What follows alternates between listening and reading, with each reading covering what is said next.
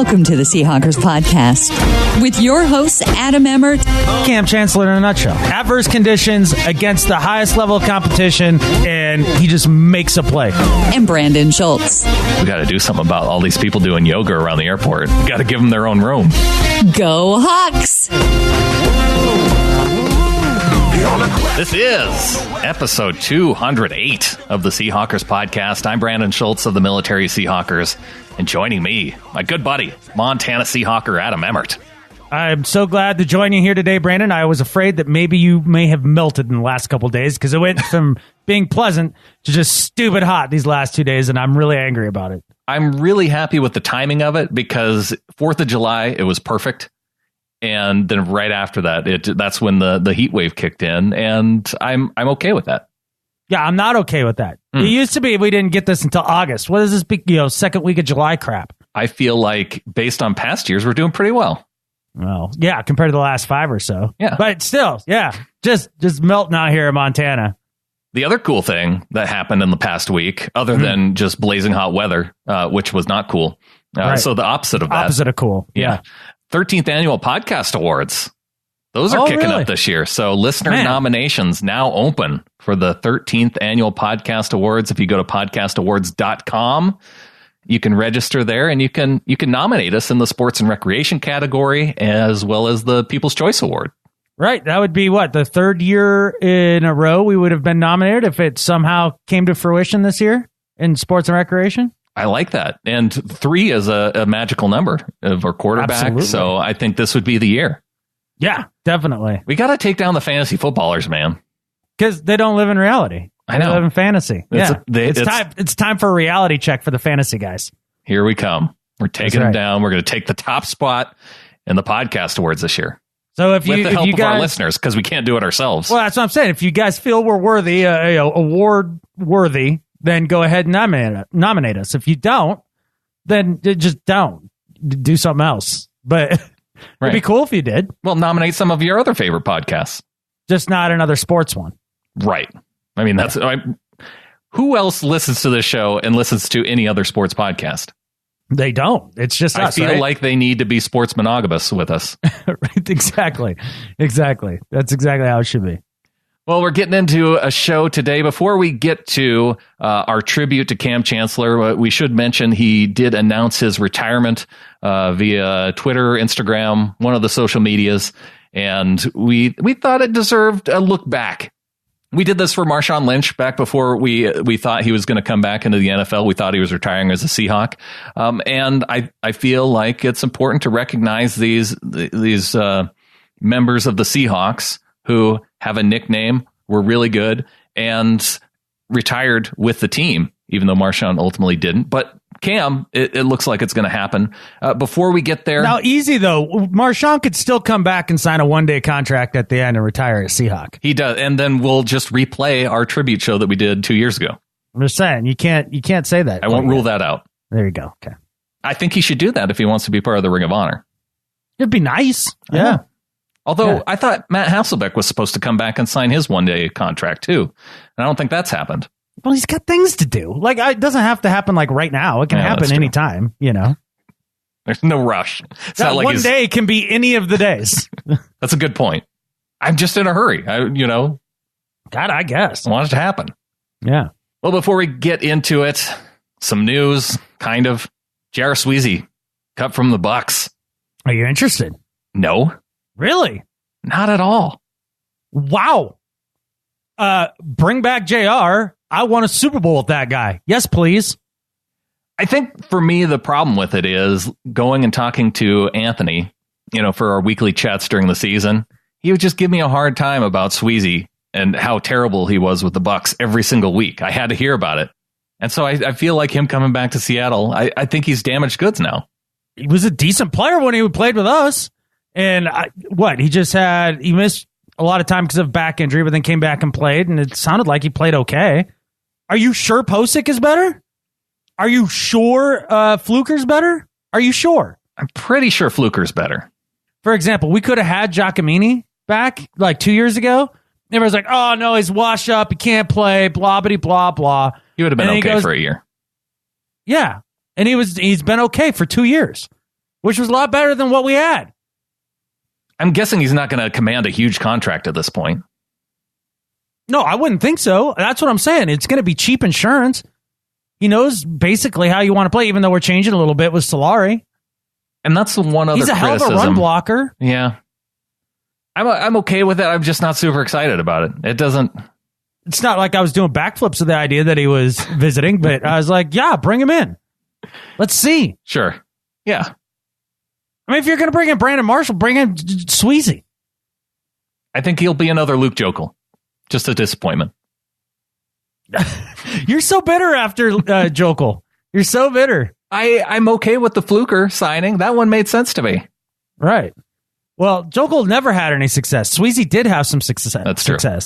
You know? I shouldn't say anything bad about him because he looks really mean. Yeah. He's got the googly eyes, man. Yeah. And could you imagine lining up across from that? Like throughout a game? No. That feels like a bad day. I think it would be. Yeah. I mean, if we're trying to get back to that smash mouth style, I mean, that's who he is. I just think he's going to be very similar to Fluker, even if he's at full strength. Cool. Okay, then you guess you got two of those guys. Yeah. Wait, you say that like that's a downgrade. Remember how our offensive line was the worst? You remember that? Like the worst? Yeah, it was pretty bad. And when we were going to Super Bowls, it was, not the worst. It was like, okay. He was a member of that okay line. Yeah. Okay. Yeah. You talked me into at least being open to it. God, it's not easy being Sweezy out there, man. The other thing, the NFL supplemental draft is coming up, and maybe we'll get somebody. Woo. Very few guys get drafted out of that, seemingly. There's a couple corners, I guess, that people are kind of okay-ish on. Some dude named Adonis. Yeah. That's a strong name. Adonis Alexander. Yeah, and he's got the sea hockey build for a corner. There's another dude, too. I can't remember his name, but there's another sea hockey built type corner. Yeah. A little bit shorter. Maybe not as builty as Adonis. Yeah. Yeah, Adonis sounds like kind of a stud. I don't know, maybe. I mean, they project him as like a fourth rounder. And so, like, you would lose the fourth. If you selected him in that round, you'd lose your fourth round pick in the upcoming draft. Correct. Yeah. Which is kind of tough because I don't think they have a third in this upcoming draft. That was the Dwayne Brown. Right. They had to give up their third because Jeremy Lane came back. Yeah, failed his physical. Right. I don't care. We got Dwayne Brown. Everybody acts like that was not a good trade. Like, it was a great trade. He's a Pro Bowl tackle. This is going to be good. I know. It is good. Jeez, I got to talk you up on all this stuff. Well, let's get into our look back at Kam Chancellor's career with the Seahawks. Kam Chancellor drafted in all the way back in 2010 for the Seahawks. Fifth rounder out of Virginia Tech. And at the time, you kind of looked at him and you're like, 6'3", 230 pounds. I mean, this is a big dude for a safety. This is really when the Seahawks kind of were unconventional in terms of the types of players they were selecting to be part of that Legion of Boom secondary before it was the Legion of Boom. Right. And coming in to learn under Lawyer Malloy a little bit. Yeah. And a guy who was a little bashful at first and didn't want to take a leadership role, even though he was urged to by Pete Carroll and the staff. Didn't feel like he had earned it quite yet. But yeah, like you said, a little bit of an unconventional safety. A lot of people thought maybe more like a linebacker possibly, which is really kind of how he played. And when you have Earl Thomas covering up the back end of things, basically playing two safety positions at the same time, you can bring Kam down into the box and just shut people down. And that was kind of the basis of the whole LOB. And, Kam, one of the founding fathers of that, without question.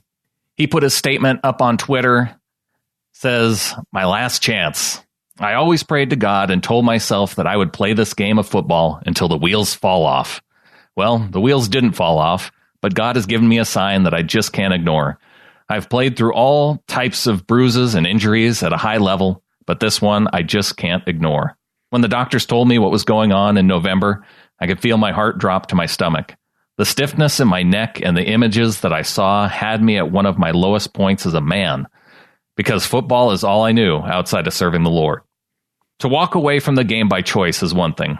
To walk away from the game because of the risk of paralysis is another. My final test showed no healing. I put all my blood, sweat, and tears into this game. On the field, off the field, pouring into my teammates, coaches, opponents, friends, family, and so many more. God has blessed me with an amazing opportunity to show the world my gifts He has given me and my heart to love everyone and everything. Not everyone and everything has loved me back, but through the grace of God, I've been able to see the good in it all and forgive what needs to be forgiven and continue to love anyway. If it weren't for everybody God placed upon me on this journey, I wouldn't be the man, ball player I am today. I've learned so many valuable lessons that I can take with me on the next journey. How do I use them? I don't know yet, but I will wait for His instructions. Love is at the center of it all. LOB for life.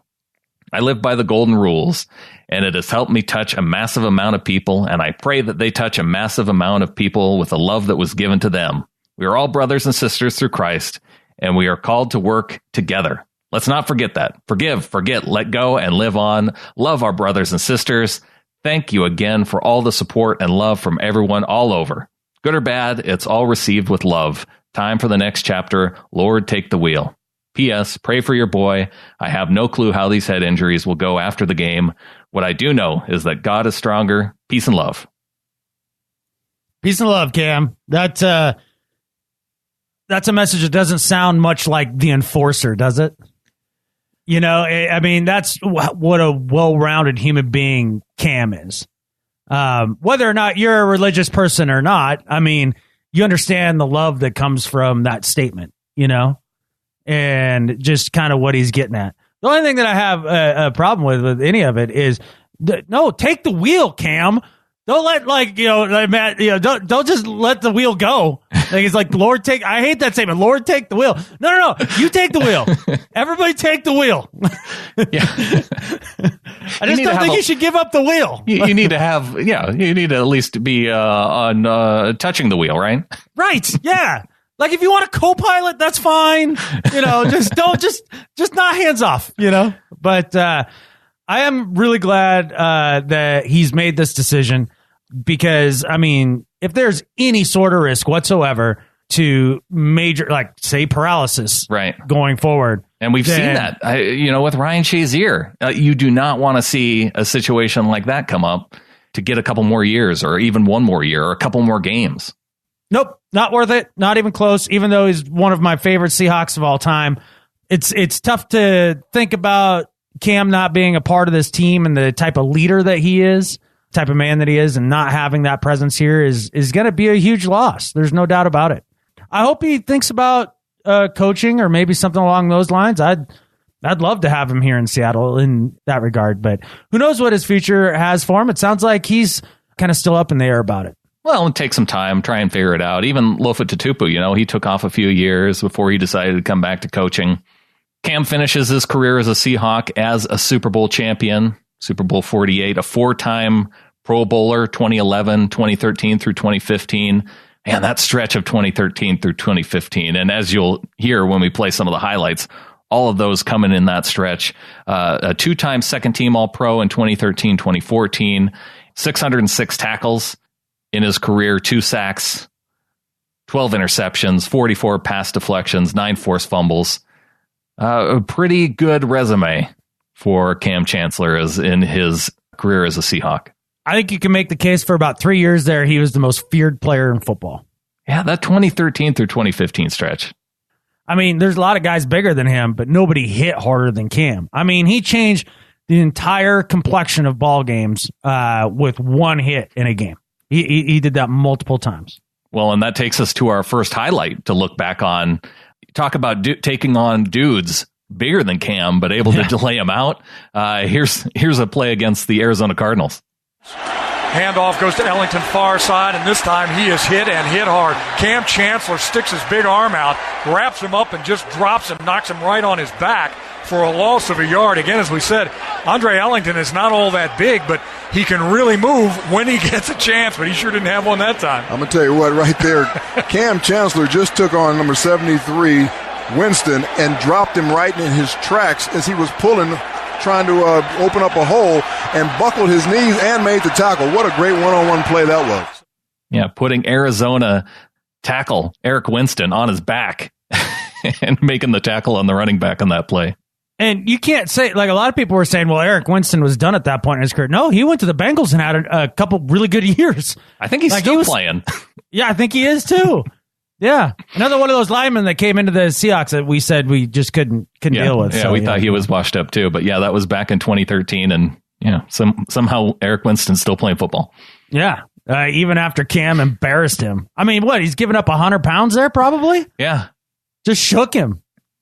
Here's another game in 2013, the NFC Championship against the San Francisco 49ers. Kam Chancellor comes up with a big play in the late moments of that game. Kaepernick will go under center again. Hunter the tail of the eye. Tight slot near side. Now Bolden is going to go across the formation to the left.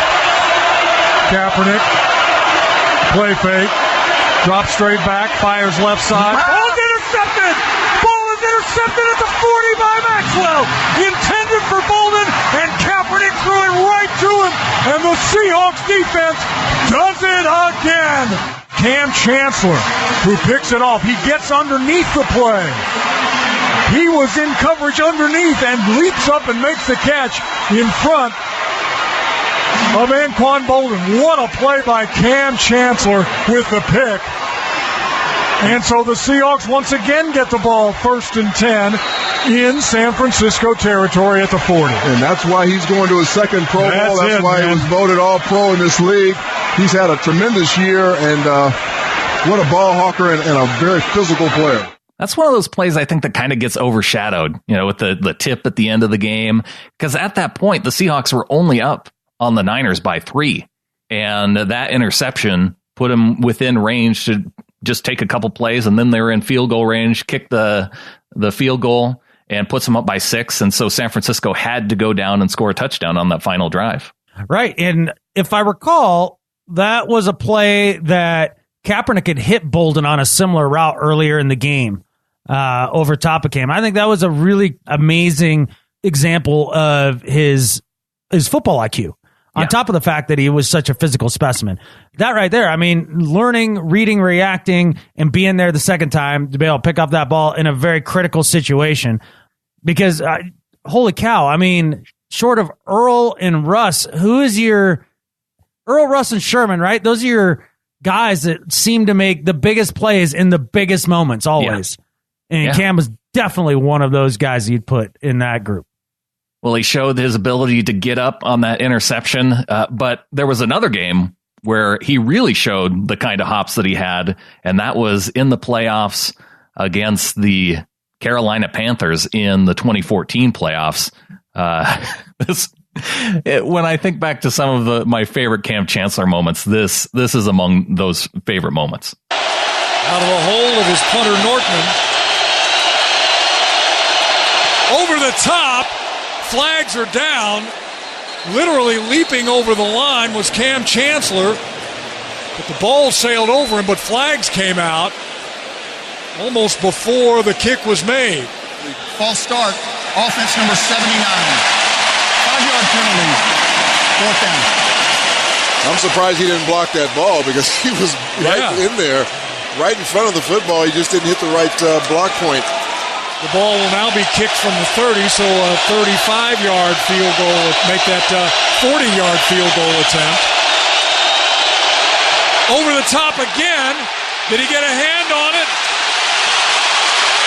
It's no good to kick as Kam Chancellor jumped over again. Defense number 31. 5-yard penalty. 4th down. Now they're calling a penalty on Kam Chancellor because he ran into the kicker. I don't know how he's not blocking those kicks. I don't either. He's running right through there. He jumps right over the pile, and he's right there when the kicker kicks the ball. I don't know how he's missing it. Richard Sherman is saying that he got a piece of the ball, and so you should be able to bump into the kicker. Yeah, I wanted to put both of those back to back just because we remember the moment. But I don't remember it going back and listening to it again, having it happen twice on the same exact series. Yeah, it's crazy. And just the idea that he, like, doing that once is impressive, but then doing it twice. The very next play. Yeah. Yeah. That's ungodly. Like, I mean, nobody does that. Nobody. Right. I mean, now they changed the rule because of Kam Chancellor. Yeah. That's how you know you're a great player. If they start changing the rules around because of you. Yeah, you can't do that jumping over the line stuff anymore. No. Because then that wasn't the last time the Seahawks attempted it as a team. Bobby Wagner did it and was, I believe, successful the time that he did it. But I mean, clearly Kam successful both times, but they had the false start, and I don't know if he got I think it went through the uprights the first time, and then the second time the kicker just whiffed almost on purpose, and then Kam ran into him. Crazy play. That, a lot of people who aren't huge football fans, like if they talk Kam Chancellor, that's probably that sequence is probably the one that comes up the most, I'd say. We still have 6 more to go. Right. We move now to the 2013 Super Bowl 48 against the Broncos. Kam, I think we've talked about it in the past, how he probably, you could consider him as MVP for that game. Either him. He would have been, in my opinion. He would have gotten my vote. Yeah. And really it was Malcolm Smith because of the interception return. He had a fumble recovery. You had Kam making multiple plays. And then Cliff Averill, a big part of putting pressure on Peyton Manning in that game. And clearly somebody from the defense was going to get it. And I think it was those 3 guys splitting the votes. But yes, it was this moment and another one in particular where Kam Chancellor showed up big in that game. 3rd and 7 now at his own 23. Manning has tight slots to both sides. Moreno beside him. A shotgun snap. Manning makes it. He steps up in the pocket on the blitz. Ball sails. Ball's intercepted at the 40-yard line. Kam Chancellor. Ball was kind of a duck. I don't know if it got touched, but it was intended for Julius Thomas, and Kam Chancellor comes up with the big takeaway after heavy pressure by the Seahawks defense, and the Legion of Boom steps up again. And that's 2 plays in a row. They forced a fumble the play before, but Denver was able to get on it. Now they come back the next play. They get great pressure on Peyton Manning. Cliff Averill makes him step up in the pocket, and he's throwing that ball out of rhythm. And that's what we talked about earlier in the show. You don't have to sack him, but you want to get him nervous, get those feet moving. I think the impressive thing about that particular play, if you watch the video of it, he catches the ball like on his left hip. Mm-hmm. It wasn't one of those ones where you step in and it's right in between the numbers. The ball was kind of behind him, and he reaches back to his hip. That's a tough catch to make. It's a tough catch. I think Rabel or Moon said it was intended for Julius Thomas. I felt like that was a ball that was intended for Welker. It was an option route that Kam jumped, and Manning did not expect him to be there. And it was a really athletic play. I remember Manning talking about that. I swear that was that could be. It was early on in the game. The Seahawks were only up 8-0 at that point. And that wasn't the play in the game to me. It wasn't, and that's why the other one is much higher on the list. But we'll get there. We'll get there, Adam. All right. But before we do that, there's a lot of these, as you mentioned before, Kam Chancellor, football IQ, making plays in the playoffs in particular where the team needed it the most. And this was another game where he did exactly that late in the game against the Vikings in the 2015 playoffs, going up against Adrian Peterson. And now we have our first touchdown of the football game. Hopefully our defense will come to play on this next drive, not hurt us with any penalties, and just shut the Vikings down. Wide receiver to the near side, play fake. Bridgewater's looking right, dumps it off to Peterson in the right flat, who gets a first down. As KJ Wright rips the ball out, it's still on the ground. I think the Seahawks may have got it. Richard Sherman says Seattle. It is Seattle's ball at the 40-yard line of Minnesota. The Seahawks defenders are going nuts on the near side as the ball was forced out of the hands of Adrian Peterson on the far side. Great job by the Seahawks. Kam Chancellor ripping it out. Atama Rubin falling on it. And the Seahawks, the big breaks that they make for themselves, and they get the ball 1st and 10 in Viking territory. Huge fumble. Like, in such a seesaw game, it was just such a struggle for both teams out there in the frigid cold. Yep. And then to take it away from an all-time great on top of that in that moment. Like, that's Kam Chancellor in a nutshell. Adverse conditions against the highest level of competition, and when the team needed it the most. And he just makes the play. That's Kam with a K. It's interesting that you describe it that way because this very next play, it's almost the exact same type of situation. Potentially future Hall of Famer with the football in the last seconds of the football game, and Kam makes a play when it needs to be made. Abdullah's in the backfield along with Zenner, the fullback. Johnson wide to the left. Stafford takes the snap. Looks left. Fires inside. Ball's caught by Johnson. He gets in the end zone. He fumbles in the end zone. The ball comes out of the back of the end zone. Did he break the plane with the ball? The official says it's a touchback. He says the ball came out and went out the back of the end zone. A touchback. I know it'll be challenged. On the field is a runner fumbled the ball prior to the goal line. It went out of the end zone. It is a touchback. Seattle's ball, first down at the 20. Holy smoke. You know it's going to be looked at. Kam Chancellor with the big hit. Who else would it be but Kam? And yeah, that ball came out before he broke the plane and rolled out the back.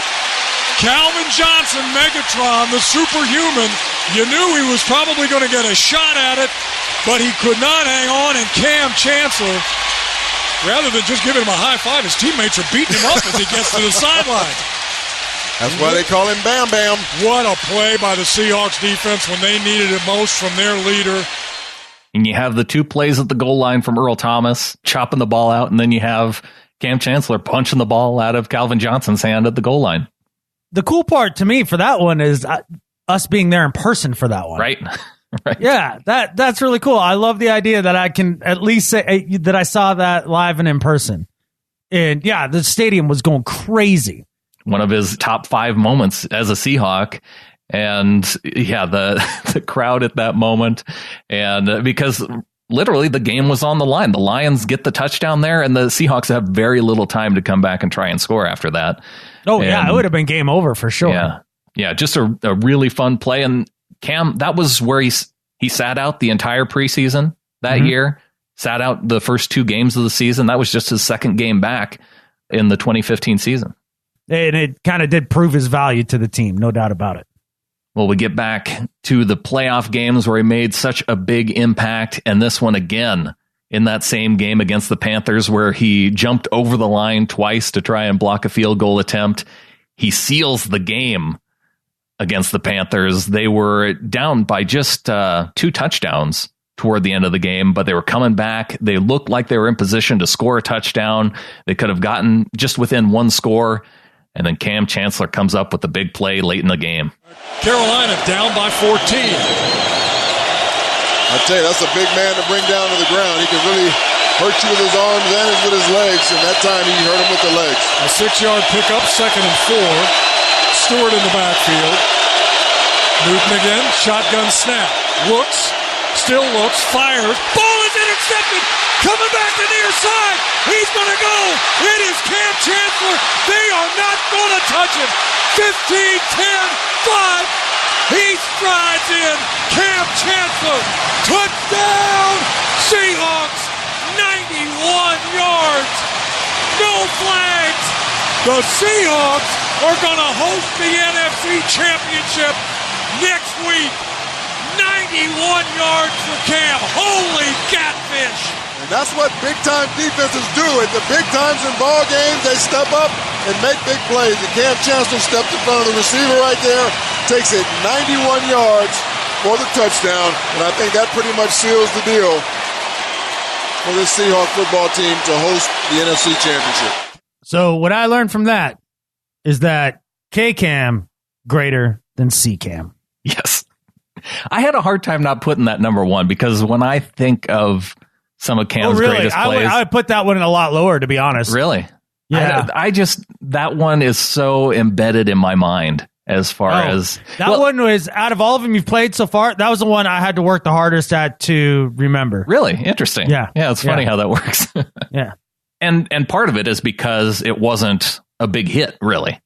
I mean, so many of these other ones, it's coming up with a strip in the big moment or, just laying a big hit. And this... Kam Chancellor, I mentioned, he has 12 interceptions in his career. This was the only one where he scored a touchdown. This was his only pick 6 of his entire career. Huh. That doesn't feel true, does it? No, I had to go and it feels look. like he has like 14. Yeah. you know? Yeah, and that one was in the playoffs. One, huh? Just the one. Interesting. Well, we now get to the big hits, and these last two of his biggest hits. One of them's one that really, I think, put him on the map as a big hitter, and the other one came in early on in the Super Bowl. And I don't know which order everybody puts these in, and maybe they don't need to be in a particular order. But we remember both of these plays so well. Let's start with the Super Bowl and his hit against Demaryius Thomas.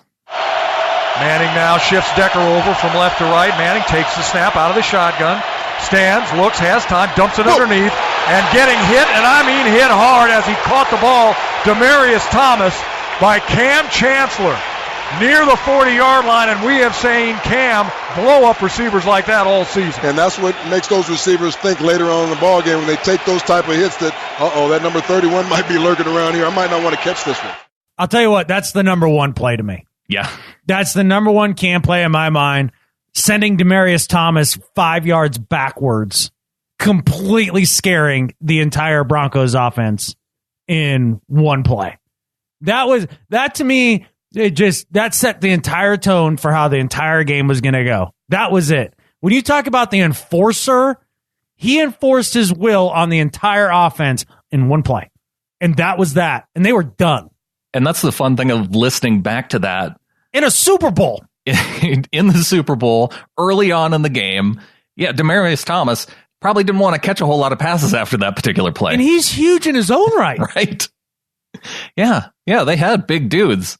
But Cam, there was another play where Cam hit Welker pretty hard early on in that game. I think Thomas said that he played hurt the rest of that game. Like that messed up his shoulder or something broke like that. A rib, I think. Something along those lines, yeah. That physical nature that he brought to the game. And when you think back to the 43-8 score and you listen to that particular play, that had a big contribution to that final score. Oh, man, yeah. But as I mentioned, this is the one hit that I really think did put him on the map back in 2012 against the San Francisco 49ers. We've seen this hit over and over throughout his career as he goes up against Vernon Davis on the sideline. 8th play of the drive. Kaepernick is under center. Wide receivers to either side. Gore the single setback. Make that Gore, that's right. Throw down the right side. Man is there wide open. Slipping down was Sherman. Flags all over the place on Kam Chancellor, who absolutely unloaded on the receiver who caught the ball at the 2. I think that was Vernon Davis. It looked like a clean shot, but 2 flags fell. Oh, my goodness, what a shot by Kam Chancellor, and those flags came out instantly. And Vernon Davis isn't sure where he is. It is a first down. Going to be a penalty, but Vernon Davis is going to remember that. Personal foul. Defense number 31. Hit on the defensive receiver. Half the distance to the ball. Automatic. First down. I don't know what you're supposed to do as a defensive back. Do you let him catch the football and then you hit him? That's the only way this ball is going to come out, is you have to lay a good blow on a receiver who's wide open like that. And that's what Kam Chancellor did. And it wasn't helmet to helmet or anything like that. It was just a nice shot. It was shoulder pads. It was in his chest area. Nothing to do with his head. I don't know what these officials want out of these players. My favorite thing about both these plays is the reactions from Warren Moon in the Super Bowl one. You hear him, ooh. And then in the Vernon Davis play, you can hear the crowd go, oh. Yeah. Let's listen back for just those moments. Here's the Super Bowl one. Stands, looks, has time, dumps it underneath, and getting hit, and I mean hit hard as he caught. And now the Vernon Davis one. Throw down the right side. Man is there wide open. Slipping down was Sherman. Clearly you can hear the reactions. Yeah. In both those. Yeah, the hit on Davis is one of the most vicious hits I've ever seen in football. And completely legal. Right. Yeah, he knocked him clean off the field. He landed out of bounds. He was afraid of Cam forever for the rest of his career. Oh, like I remember subsequent games. Hell yeah! I mean, I remember one of the first games that I ever got to go to live and in person, because I just, being in Montana, just never got over there. Right? Yeah. Yeah. You took me, and we got to stand down on the sidelines before the game, standing in the end zone. And Cam 6'3", 230, you said? 225, 230, right? Right, 230, yeah. So at the time, I mean, I'm 6'2", and at the time I was probably 205, something like that. Yeah. Okay, so, about 20 pounds difference or so. And Cam trotted past me like 6 inches in front of me, right? Like just everybody was just running down the end zone. And dude, we're not from the same planet. No. I mean, we're supposedly close to the same size. No. He was 10 times my size. He's superhuman. So to think of him having to go out like this is just, I mean, it's hard to fathom. It is. And in that Arizona game where so many guys went down, and the way it happened too, because he just came walking out toward the end of the game after putting a hit on a guy. Yep. It didn't look vicious. No. He just came off the field and that was it. No more Cam. Yeah. It's a stupid Thursday night NASCAR and stupid Bruce Arians and the stupid freaking Cardinals. Catfish! Them. Sherman goes down. Cam goes down. They were in a death spin like their franchise, and so they decided to like basically do the same thing to us. They took out 3 of our players. Yeah, who was the third one? Oh, no, Averill went out the week before or something like that, Averill went out against the Colts, I think, in week 4. I always think of all those guys going down in one game. But no, one other dude got hurt in that game. I think you're right. I think Bobby got hurt in that game because remember, he wasn't right for the Rams. And those ugly-ass green uniforms. Those things are unlucky as catfish. Never again. Never again. Yeah, well, we lost the magic out of the Wolf Gray, too. Maybe. You can reclaim magic, though. Maybe we can bring back a little magic into the action green. No. When you don't want that? When 2 Hall of Fame players' careers are ended on your team, like they're no longer Seahawks now. All the bad Hawker is out of those uniforms now. John Ryan got smashed in the face in one game. Yeah, exactly. They have the worst juju ever. The Hawker's bad with those. It's the football god's way of letting us know that is too much of an accent color. No. Great as an accent color, terrible as a main color. Well, let's talk a little bit about Cam's impact with his retirement announcement. Larry Stone of the Seattle Times, he put out a column after Kam Chancellor's announcement. The headline is, "In wake of Kam Chancellor's retirement, how can we enjoy the NFL guilt-free?" And I think this is a problem that a lot of people might be struggling with. Really? It might be because obviously we have a Seattle area reporter writing about it. I think there are some people that have knowing the effects now of CTE as fans, with it being such a big story in the NFL. Dude, you just watch it without feeling guilty. You just do it.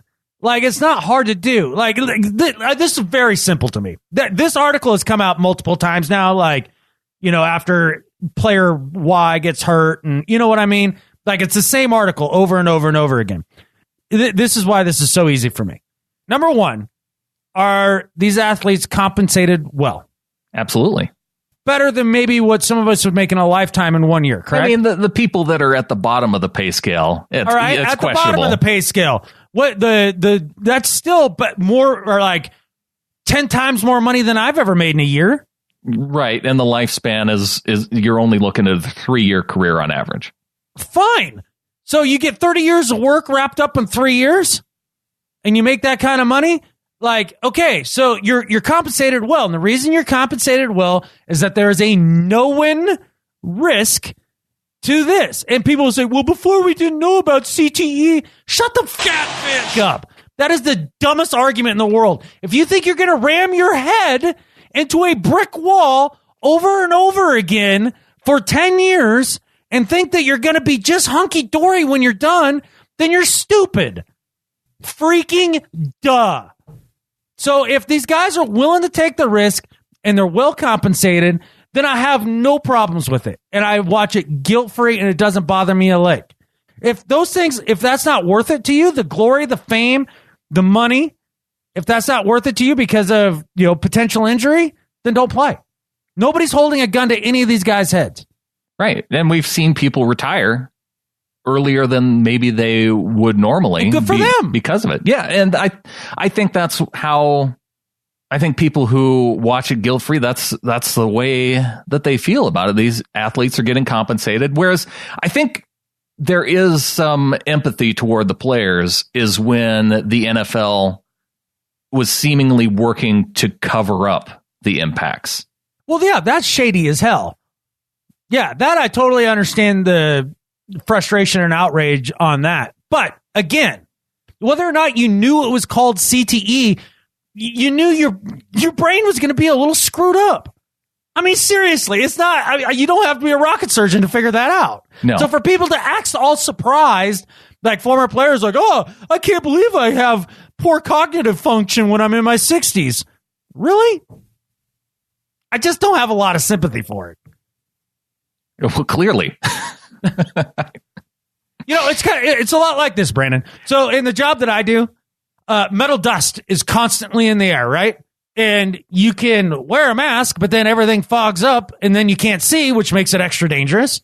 Or you don't wear the mask so you can see, so it's not as dangerous, but you're breathing in metal dust for hours at a time. Now, in 10 years from now, if I go into the doctor and they're like, yeah, you got a bunch of metal in your lungs and that's causing you problems. And I was like, I can't believe nobody warned me of the danger. I'd be a freaking idiot. There's inherent risk to, you understand. Yeah, it's freaking obvious. Well, there is some technology that I think the NFL is at least working on now toward better helmet technology. Doug Baldwin's been involved with that company that's looking into, improving the way that helmets are and how they absorb some of the impact. The NFL is clearly trying to take the head. I mean, the way the Seahawks have taught tackling over the past few years with Pete Carroll, trying to take the head out of the tackle. It's important. Yeah.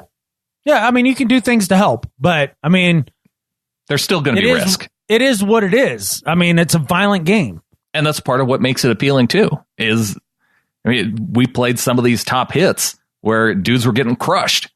Yeah. Without no sympathy for Vernon Davis, or Demaryius Thomas. I'm not really concerned about their health after that, which makes me a jerk on the inside, but like, I don't want him to be like maimed, but my first thought wasn't, gee, I hope he's really okay.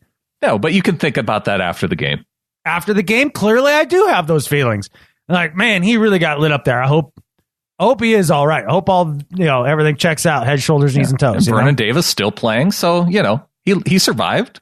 Knowing the risks of CTE and taking a hit like that, still out there playing. I feel so guilty watching. You don't have to make fun of him for it, but yeah, I do. I can have empathy and not have the guilt. Yeah. Great. You put it really well. And I think maybe for some people it just balances out differently. I mean, it's a free country. They're grown-ass men. Well, one other impact Kam Chancellor's departure does have on the Seahawks is in terms of the salary cap and noting the fact that he didn't use the word retirement as part of his retirement send-off or but as part of his announcement. I mean, clearly he's done with football, but he's still under contract. And that's part of the risk that the team assumes when signing a player. It looked like Cam was going to play for 3-4 more years. They signed him to a 4-year extension at the time. I think at the time I said 2 to 3. If you get that out of him, you're doing pretty good. And he got one. He got one. Well, 3/4 of one. It's a bummer because you want that guy out there, especially when he's under contract. But that's why the players want guaranteed salaries, because they do assume a huge amount of risk playing football. But I think where fans get a little bit frustrated is because now you have that guaranteed money as part of the team's salary cap for a couple of years when you don't have the player. And I don't know if there's a way that the NFL really could get around that. The dead money that's left there that the team has to cover. Yeah, you could just not count it against the cap. I think you could. I wonder if there must be. I mean, I'm sure there's some provisions and stuff to do certain things with some of that. But look, let's say it's the full cap hit. It comes to bear, with Cam here this next season, even though we don't have him. I'd go back and I'd redo that deal, that extension tomorrow. If I got in a time machine and I was asked to make that decision again, I'd do exactly the same thing. Because watching him play out that last year in another uniform. No, it wasn't that. It's that and he was still good. Short of a fluky injury, I mean, he had 2 good years left in him. Maybe 3. And that's the risk you take. I'd roll that dice again. Yeah. Because if he played that season out 10 times, how many times has he come down with that fluky neck injury? Twice? Once? Who knows? So, I mean, I would, people lament this, money still counting against the cap. Well, guess what? That's what taking a risk means. Sometimes it doesn't work out. You got to be able to accept it. I would do it again in a heartbeat. That's why the Earl Thomas thing doesn't seem like that much of a risk to me either. Yeah, there's risk, but at the same time, these guys have earned these contracts playing at the high level that they have over the last few years and knowing that they're likely going to be playing at a high level for another couple of years. Exactly. And the way the team has structured contracts in the past, they structure it in a way that, 2 more good years, and then it's kind of up to the team of whether or not if it looks like it's going, on the downward end, they have the freedom to cut the player, and if it's on the upward end, they're getting a deal later in the player's years. And look, a lot of people are against giving Earl more money because they say, they point to Cam, right? Well, okay, fine. So you had something fluky happen once, and that's going to be what scares you off from taking a risk ever again. No more third contracts. You can't sign a third contract for a player now. Now you're captain safety all the time. Yeah, like you're just come on, man. Like it's no way to live your life. It's no way to run a team. I would say you've gotten the bad juju out of the way. Like you're almost guaranteed Earl's going to be fine. It feels that way. Yeah. Solid career for Kam Chancellor, though. You just wish it could have gone on a little bit longer. A guy who I would expect to be in the Ring of Honor as a member of the Seahawks here in the future, especially playing his entire career and having such an impact on the team. He was a big part of bringing a Super Bowl, the very first Super Bowl Lombardi trophy to Seattle. Oh, yeah. I mean, a legendary player, like you said, Ring of Honor for sure. Some people might talk Hall of Fame. I don't know that he did it long enough, was dominant long enough. Maybe he was. I mean, it's close. I mean, you go back through all those moments, and I mean, man, that's a lot of big moments for a guy. He has a solid resume. And I think if Terrell Davis can get in with 3 years of high level play, he might be one of the guys that, like, towards the end, like players choose who goes in rather than writers, right? They get their, like when, Kenny Easley getting in as a, Yeah. I could see Cam being possibly one of those guys. Yeah. I would one of my favorite. I've never personally purchased a jersey.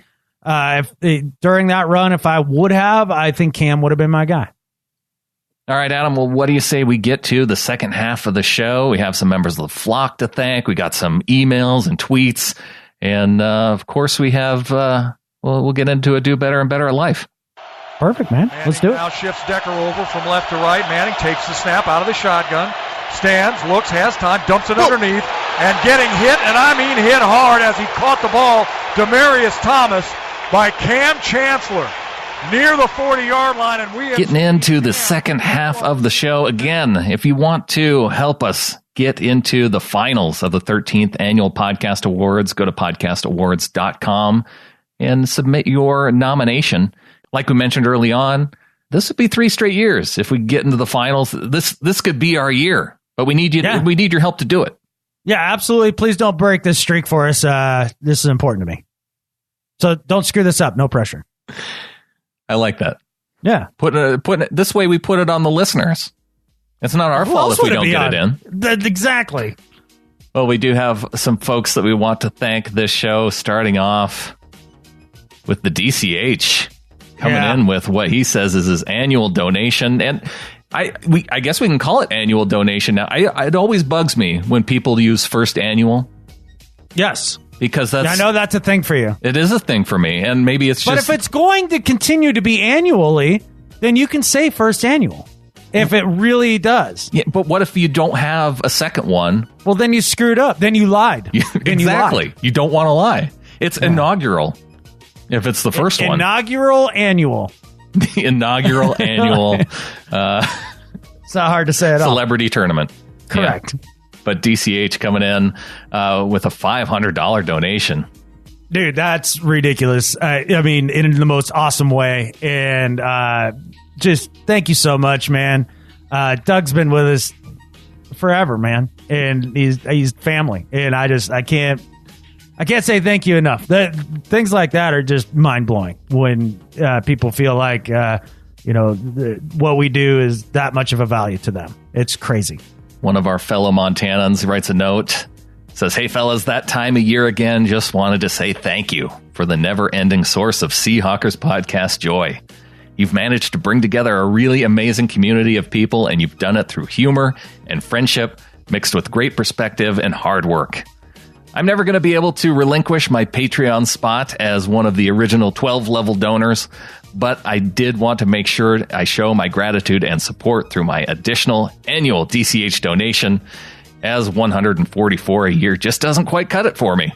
So I've sent over a little something to you via Venmo. I hope it helps us get into a new Pick'em League or spruce up Adams Mountain Hideaway into a tech fortress for remote show recording. However you choose to go, just go Hawks. Yeah, go Hawks, man. I like where Doug's head's at. Well, Doug, if I do get it, fixed up to a point to where I would feel like other people might want to be there.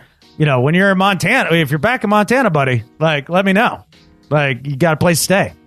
Yeah, and I did mention to DCH, we are looking at a new custom Pick'em League. I had a couple questions for one of the groups that I'm looking at going with, and so we may have we may not go with NFL.com this year. That may allow us to do a little bit more with scoring that we weren't able to do last year. Yeah, if we can somehow pull that off, that'd be great. I know one we had looked at was fairly cost prohibitive.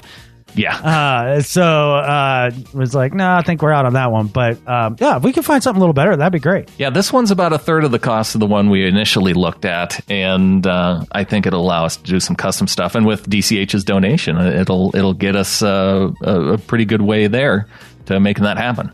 No, that's great. And thanks again, Doug. You're the man. Yes. Huge thanks to Doug, and also thanks to our associate producer, Dustin Mock, as always, on Patreon. Yes. And gave us a raise this last week. What? Yeah. Dude, wow. Well, thanks, Dustin. That helps keep me inspired in the offseason for sure, man.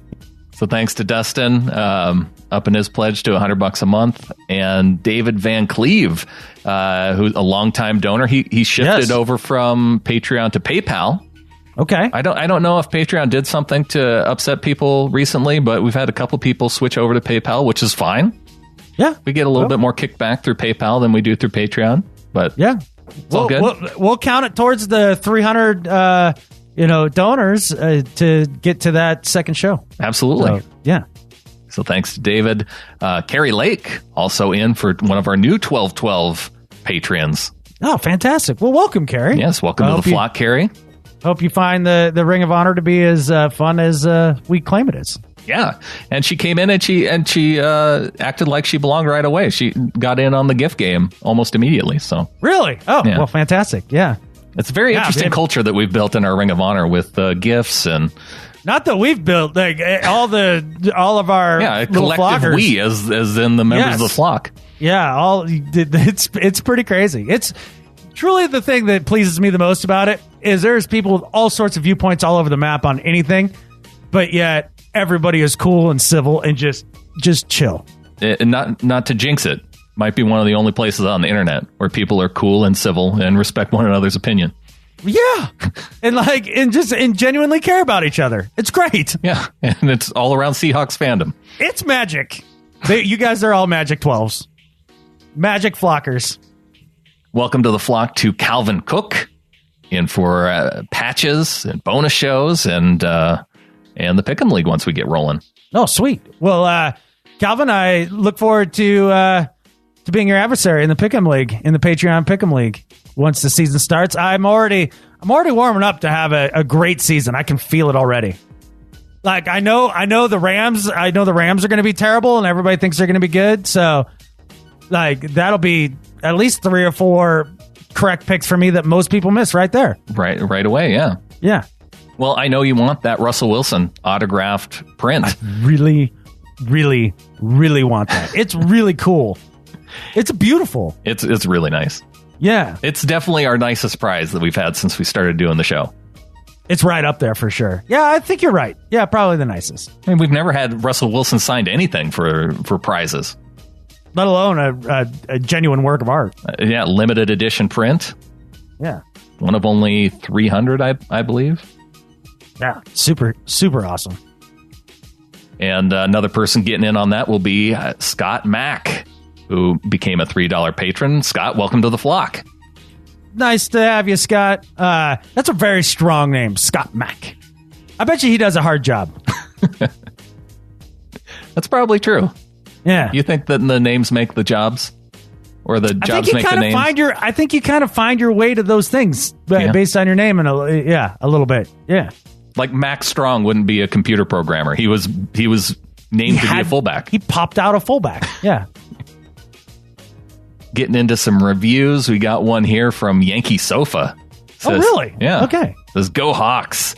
Great show, guys. Love the emotion and pride in your voices. I'm pumped for the season. By the way, I took 1 star off because the LA Coliseum was referred to as crappy. I go to USC. Fair? Well, just kick the Rams out and make LA Coliseum awesome again. Right. Yeah. It's less the building and more some of its tenants. It rubs a little bit of Rams filth onto your stadium. Right. Which you guys don't need. So once the Rams move out, I expect a 5-star revised review from you, Yankee Sofa. Correct. Yeah, exactly. But thank you for the kind words, man. For sure. We appreciate the reviews, man. It does go a long ways to helping. Well, I mean, you go and you click on a show, and one of the first things I do if I'm going to listen to a new show is I look at some of the reviews, the good ones and the bad ones, and look at the numbers. It's just to kind of get a sense, and it's helpful. And you know what? If I see a review where somebody took a 1 star, a star off for calling LA Coliseum crappy, as a Seahawks fan, I'd go, oh, yeah, okay. Yeah, both fair and I'm on board. They should be calling it. I may want to listen to the show more now because after seeing that review. Correct. Well, we also take your tweets, your YouTube comments, and your emails. This first one came in. This was via direct message on Twitter, so I don't know if it was meant for public consumption, but I'm going to read it anyway because it was for Adam, and for some reason it came into my Twitter. Everybody knows I don't do much on the Twitter. Right, so I feel like I should share this with you. Oh, okay. As a comment. I'm ready. It's from the mayor of Waffletown, at Waffletown Mayor on Twitter. Okay. Says, Adam is an annoying, obnoxious fool. Oh, okay. I understand homerism, but having a guest of a rival team on your show and then start angrily berating everything about the team is just rude and childish. Play nice and stop being so damn aggressive for no reason. Okay. No, but I appreciate the feedback. This is weird because this was the only negative. Everybody loved your rant against the Rams. Honestly, the Rams guys didn't take it personal. No, we've had them on the show for 3 straight years now. Yeah, it's like talking to friends. It was just fun smack talk. Yeah. The Rams have had so much sunshine blown up their butt all off season, and everybody's feeling a little too high. Somebody had to knock them down a peg. I'm surprised that the mayor of Waffletown had such a strong take. Like, wouldn't you kind of be on the fence as the mayor of Waffletown? Like, I don't know if it bugged me or if it or if it really didn't bug me at all. Look, here's the thing about the mayor of Waffletown is he may not or she may not like the way that I spoke to the Rams guys, but we are in agreement that waffle is one of the superior breakfast foods. Like, if it's waffles or pancakes, waffles all day. Yeah. That I know for sure. So, I mean, maybe I should take some of their input seriously just because they're right on waffles, but I'm not going to. Right, because they're the mayor of Waffletown and not Pancake Town. Right. Yeah, they clearly, A little more clout being the mayor of Waffletown. Correct, yeah, but not enough for me to really change. I think I'd want to be the mayor of Burgerville. Really? Yeah. Yeah, I'm not the biggest burger guy. Well, you don't have to come to my town. Well, I mean, I'll come and by and visit. I just don't think I'd want to be the mayor. Okay. I would be the mayor of Currytown. Oh, Curryville. Really? Yeah. Gross. You don't have to come to my town either. You stay in your town. You know what? The two mayors of our towns may end up going to war. Or maybe just have really adversarial football teams. That's true. And then you can spout off, or I'll spout off about them. We could be those mayors that make those stupid bets. Yeah. Like, you have to send me your best curry sauce if you lose this week. Yeah, that's basically what we're doing with the Rams guys, right? Yeah. Yeah. So I'm sorry they were offended, but I know Bear and James were not, so it's fine. John Staff on YouTube says, the two of you should teach a class on public speaking / broadcasting at a local community college when you call it quits. Will that time be next month? Love you guys. Go Hawks. And why was P. Rich not paid? The rest of them going bye-bye. I agree. Jimmy Graham is a better fit with Aaron Rodgers because he clearly had trouble with Russell Wilson's velocity. And Michael Bennett, though still incredible at the line, hand fighting, is not able to run down QBs so well anymore. They should have paid Paul Richardson. Yeah, the kind of money he got for the very limited production in major injury history, no thanks. I mean, you're paying for a couple highlight catches, basically.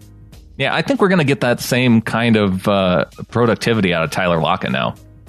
I think you're going to see a day a lot like you just saw with J.R. Sweezy, where some team paid him way more than what we wanted to pay him. Mm-hmm. You know, thinking they were getting one thing, and then 2 or 3 years later, like, he's bouncing around the league, and you could have him for the vet min. My favorite was the compliment from John saying that we could teach at community college. Not 4-year college, but community college. I think community college is a better fit for me. Yeah. I've been through one of those 4-year programs. Not the biggest fan. Yeah, I went to community college. They generally teach you more real life skills there. Okay, so maybe it's more of a compliment than a 4-year university. I think so. Okay, good. Yeah, because initially I thought it was a downgrade, but now the way you're talking, I think you have the better opinion. Talk you up into lots of things today. Yeah, it's weird. Todd from Hallsville, Texas emails in, says, "Hey guys, I recently started listening to podcasts and stumbled across your guys' podcast. Listen to every show now. Appreciate y'all doing the podcast and keeping us up to date on everything. Enjoy y'all's outlook on pretty much everything. I'm sending this message because episode 207 was awesome. The Rams are very interesting right now, and it was good to hear how the Seahawks are going to be slightly above the Rams in our division. Ha ha ha. It's going to be a great season, I hope. Can't wait. Thanks, guys." Go Hawks, man. Well, thank you for the message. I mean, that's the funny thing is I'd gotten feedback from people personally regarding that episode. Everybody was just like, it's really cool that you can have other people on and just really talk, civilly and just have, a really cool, realistic conversation back and forth. That's really neat. Yeah. I think that's how 95% of that podcast was. I just, for the sake of humor and just to get it out, I thought I'd yell at him a little bit. You've been needing that release. And with the Rams, it's so interesting with that team. It's been such a transformation in such a short time. Mm-hmm. And with all the hype this offseason, I think they needed to hear that. I just wanted to be worried for half a second. Be like, oh, wait, maybe this isn't all roses and sunshine here. Yeah. Unicorns and glitter. Well, we did get to the bet, and we did get a couple... suggestions? Yeah, we got a couple suggestions. This first one in from Ryan911 on Twitter says, "Have you considered any of the Pro Bowl skills contest drills for your bets?" Now we're talking. Rams fans may not be too familiar with those, but it might make for a fun video at the end of the season. Who sent that? Our Ryan 911. That's a good one. I like that. Everything about that was golden. Yes. Yeah. I'm in 100% agreement. Nathan in Bloomfield, New York, he writes and says, "Hey guys, I just wanted to run a suggestion for the bet by you. I don't know what the individual punishments should be, but if both people from either side lose, it should be way worse combined punishment than if the wins are split and the punishments are separate. Just a thought. Go Hawks." Initially, I like this idea, but here's the problem. Okay. your interception bet I really don't like. I don't know if I like your bet either. Well, then maybe we don't tie it together and make it really worse if we both lose. Well, I do like, because with a lot of the Pro Bowl skills competitions, it does require two people. Right. That's true. So it could tie in that way. And I'm going to win my bet. Well, I'm clearly winning mine. I'm just glad that he picked Marcus Peters instead of Talib, because people aren't good. It was like after Richard Sherman went 3 years of having the most interceptions of a player. People stopped throwing toward him. Who made the suggestion that instead of interceptions, you should have gone for like pass breakups or touchdowns allowed? Oh, or yeah. something like that. Yeah, that was Cameron in the Ring of Honor. No, that was totally that was such a Cameron comment too. Yeah. Like but very smart. Because because those stats aren't as fluky. And I understand Correct. that. Yeah. But I kind of like it being a little fluky too. Okay. Because when they lose, then I can just laugh at them. Okay. Fair enough. Griffin doesn't even have to be the better corner this year than He Peters. just has to get thrown out more? He just has to get thrown at more and get more interceptions. Well, something to consider, though. The idea that if it's a team loss, that gets a little more difficult. I do like the idea of the punishment for them being worse as a combined punishment for the two of them both losing. Right. I don't know if I like the idea of it being worse for us if we both lose. See what I'm saying? Yeah, well, we might have to put sidebars. You've yet to have to run a 40 in the knee-deep snow yet or something and videotape it. You haven't had to do anything yet. That's true. You've just been getting free jerseys out of this deal so far. That's because I make good bets. Yeah, So you might be overconfident like the Rams right now. You might be right. Well, whatever we come up with, we'll have to agree upon the terms before we get started. The other thing that we need to consider, too, is tiebreakers. Because both with wins and interceptions, what happens if we finish with a tie? How often does somebody tie for a division title? Oh, well. There's always tiebreakers built into that. Okay, that's true. So we could use the division title tiebreakers. Or standing in the division itself. The tiebreakers play itself out, you know. Right. Okay, with interceptions, though. Yeah, that one we'll have to think of. Mm-hmm. You can go to quarterback rating against the corner or something like that for the season as the next. Yeah. Or Pro Football Focus grade, or I don't know. I guess you could go past breakups after that. Right. All right. What do you say we get into some do better and better at life? All right, man. Who you got for do better? My do better this week is for all the NFL writers out there trying to shove the AFFL down our throats. The what? The NFL, the football writers, this American Flag Football League thing that's going on right now. I've seen one headline regarding it. What's going on with this? I'm looking in my news feed, my Seahawks news feed, and I'm hearing about how Seneca Wallace threw 6 touchdown passes in some AFFL game.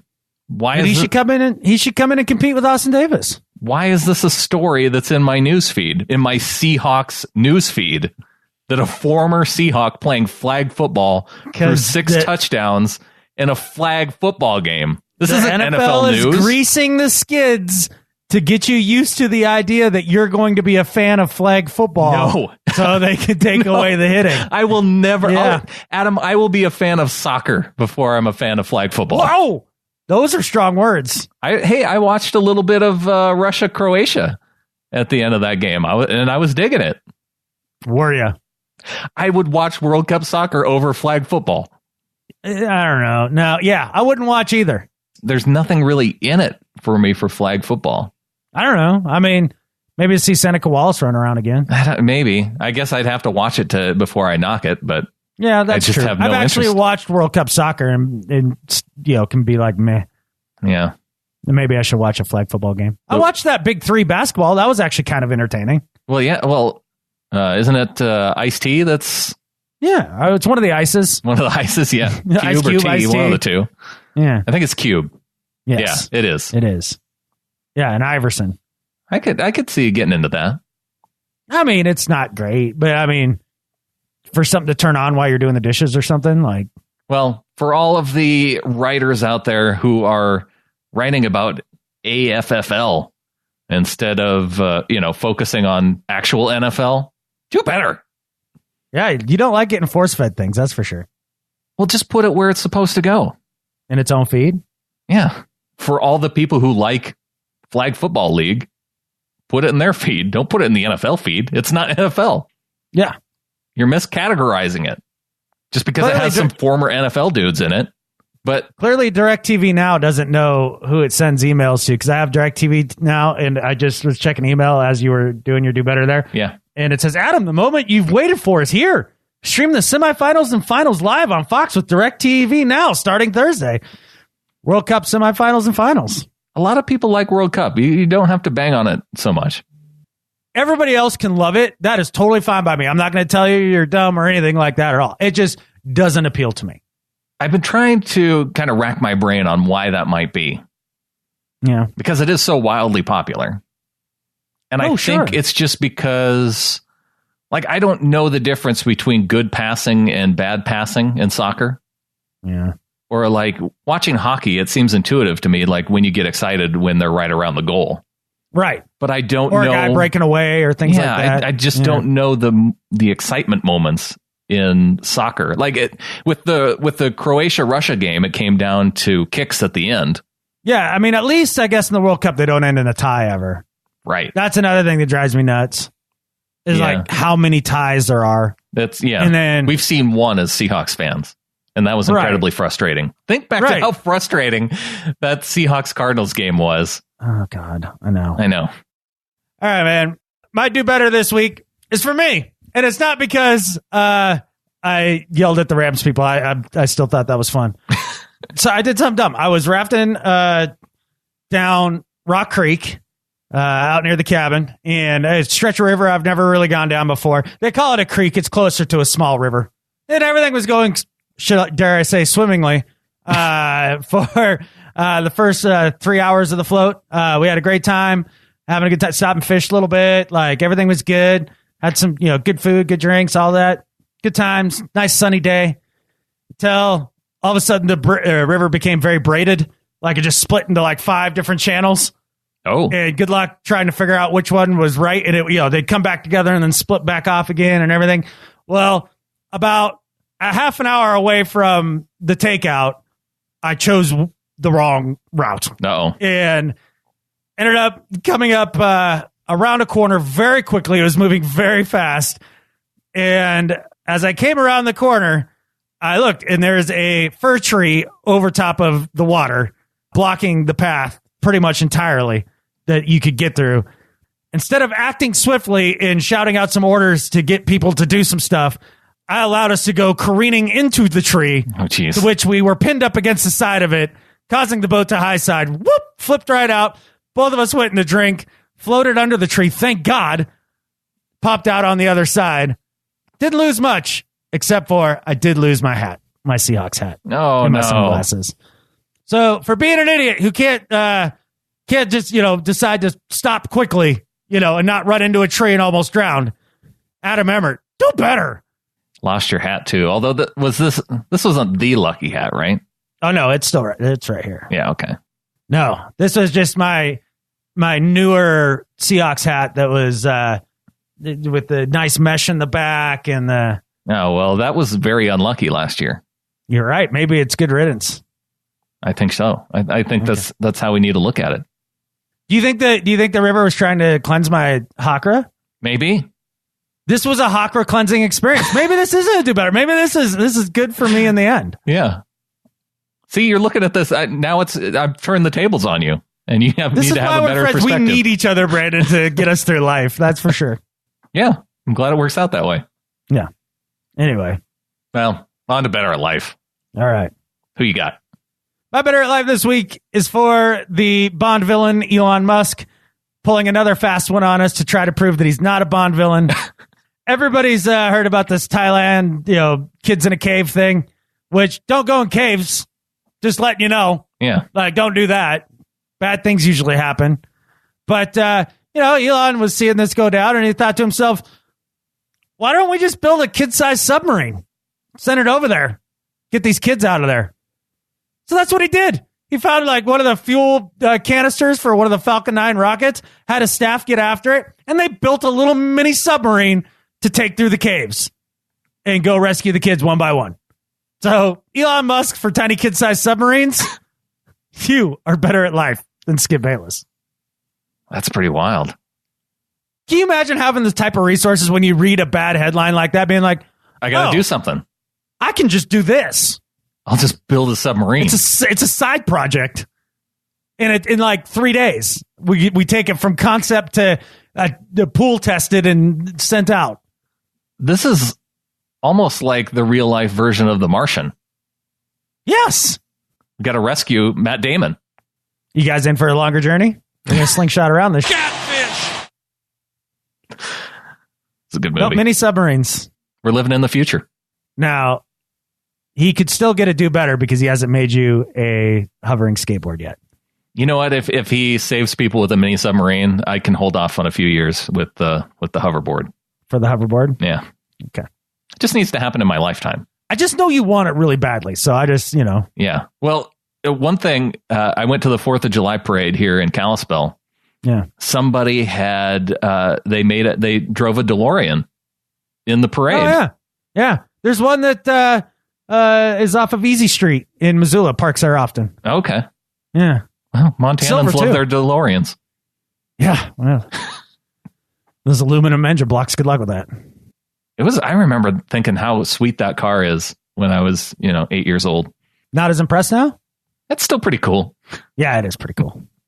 I mean, not Batmobile cool, but it's up there. Which Batmobile? Michael Keaton Batmobile. Okay, because it's either that one or it's Christian Bale's Batmobile.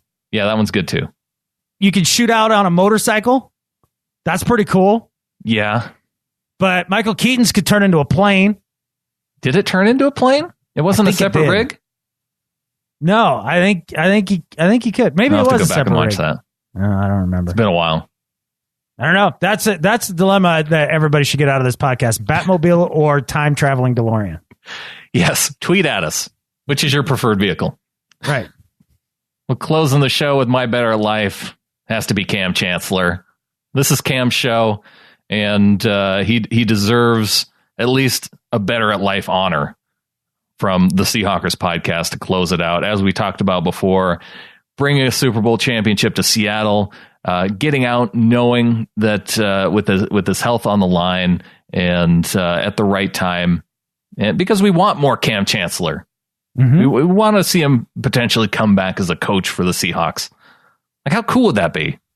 Oh, sure. Whether it's that or whatever it is his next endeavor is in life. Whatever that is. Yeah, we want him as just around the team. Yeah, having Kam Chancellor in the world is good for the world. Yeah, exactly. Yeah. And we're going to get that. Absolutely. He's one of those iconic Seahawks that we want to just see around the team forever. And for having such an impact, being part of the namesake of the Legion of Boom. Kam Chancellor, better at life than Skip Bayless. OB for life. Well, Adam, closing out the show this week, we want to thank our $12 and above patrons as we do with our first show of the month. What do you say we run down this list of our 12 12ers? Let's do it, because you know what I like is that this continues to get longer. This can be an ever lengthening segment on the show, and I'd be fine with it. It can lengthen in perpetuity. We have the time. Yes, I will make the time for that. We'll start off with DCH, who came in big this week. Sparks, Nevada. DCH, thanks once again. Also, a thanks to associate producer Dustin Mock, Ron in San Francisco, Ella in Woodway, Texas, Christina in Manassas, Virginia, Mark in Kirrup, Western Australia, Ross in Eureka, California, Jameson in Murray, Utah, Summer in Vancouver, Washington, Roe in Federal Way, David in Camas, Washington, James in Linwood, Sven in Telto, Deutschland, Tim in Austin, Texas, Keith in Covington, a.k.a. Flocktimus Prime, Sam in Altadena, California, Craig in Camas, Washington, Christian in Bergen, Norway, Young in Anchorage, Crystal in Oldsmere, Florida, Paul in Jacksonville, North Carolina, John in New York City, Brandan in Huntersville, North Carolina, Dave in Hong Kong, Glenn in St. Cloud, Florida, Joshua in London, Garrett in Northern Ontario, Kevin in Keene, Texas, David in Charleston, South Carolina, Lisa in Seattle, Mike, and I want to sing it every time now. Lisa in Seattle. Thank you. That's all Lisa and I needed. Okay. Mike in Anchorage, Alaska, Jonathan in Ridgefield, Washington, Kathy in Eureka, California, Pepper in Greenville, South Carolina, Thomas in the Bronx, Annalisa in New York City, John Paul in Palmer, Alaska, Gary in Chappaqua, New York, Becca in Manhattan Beach, California, Taylor in Englewood, Colorado, Craig in Pasco, Washington, John Patrick in Pierce, Nebraska, Paul in Minneapolis, Keegan in Colorado Springs, Eric in Renton, and Carrie in Rochester, Washington. You know what's crazy about that group is how scattered everybody is. All over. All over. Yeah. Little flockers are literally everywhere. I'm a little bit worried that I screwed up some of the names of the towns because people have said, oh, I'm not in that town anymore. That's because they're part of witness protection and you're trying to throw people off the scent. Maybe. Yeah. Well, they'll just remind me again if I got it wrong. Right. Yeah. That's fine. I'll get it right eventually. I believe. The fact that I got your town wrong does not indicate my lack of appreciation for their donation. Right. Yes. Yeah. I feel like I should put that disclaimer on it. I think the care comes through in your voice, even if you say the town wrong. Good. I mean, you don't sing everybody's names. I mean, but I could. I don't know. I think that would cheapen things between you and Lisa, though. I know it would. Yeah, we have the singing thing going. That's for you guys. Right. I almost said Annalisa in San Francisco. Seeing her pictures of, she posted some fun pictures of her of her trip to San Francisco. Nice. And especially that's actually a fun city to. She pointed out how one of the airports has a yoga room, and how California that was. That's something. Yeah. Yeah, you do a lot of traveling, Adam. Has there ever been have you ever seen a yoga room in an airport apart from California? Negative. I've seen a smoking room. I've seen a chapel. Right. Yeah. No, never a designated yoga room. Although I will give them some credit so that it gives some of those yoga freaks somewhere to go. So they're not doing yoga in public, like randomly in public. California. Like random public yoga person. Like it does bother me. So that was probably so rampant with shirts in California. Off guitar guy? It was so rampant in California airports. They said, we got to do something about all these people doing yoga around the airport. We got to give them their own room. Yep. Here's your yoga room. You can't do anything else in that room. It's got to be yoga. Got to be. What if you went in there and started doing like jumping jacks? Ooh. What are they going to say to you? Well, the yoga people probably wouldn't be happy with you. Well, what are they going to do? Take away your birthday? They'd say, this is the yoga room, not the jumping jack room. Huh? This is jumping jack yoga. Have you not heard of it? Ooh. It's a new form of yoga. Where do you think the hot yoga people go? Like, are they going to be upset that they don't have a hot yoga room? Do they battle it out with the regular temperature yoga people? Right. Like over where to set the thermostat? Is there a big problem between those? There could be. Can you do not hot yoga if you're used to hot yoga? Probably. I don't know. You could probably go back to regular temperature yoga. Room temperature yoga. I feel like if you're a yoga person, you should be able to do hot yoga or regular temperature yoga. All the temperatures of yoga? Whereas if you're just a regular temperature yoga, like you wouldn't want to, like going to hot yoga would be going too far. How come there isn't cold yoga? Like, wouldn't you think if you were able to stretch really well in the cold, you'd be more bendy than if you stretched well in the heat? You know what? I think the hot yoga people are taking the easy way out. Yeah, but pretending like it's harder just because they're sweating because of the ambient temperature. Right. They're posers. Literally, they're posers. Bring that thermostat down to regular temperature. Posing hot yoga people. And with that, there's only one thing left to say. Go Hawks. Go Hawks.